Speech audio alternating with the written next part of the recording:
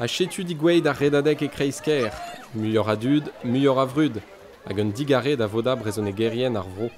A redadeg vi-war zo a redadeg neuze mont ra founap a prim eo. Mont a prim neuze tremen a buantre ar c'hariadennou.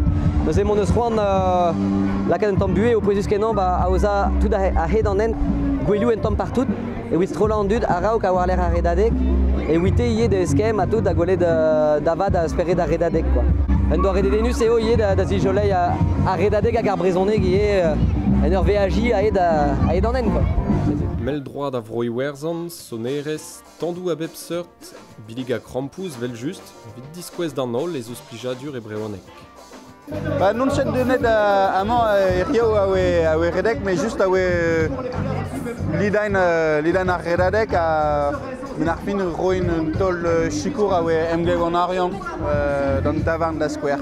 Profitain da sa redadek a giwe profitain a oe emgav tud a komz e brezhoneg, rak dut chebamde ve kavet un emgav mosse a oe a brezhonegerien. Ha daou en ent, paseit buan ar redadek, met laket eo bet war wel hor yez, war un ton bras, dira kantadou a dud e kreisker.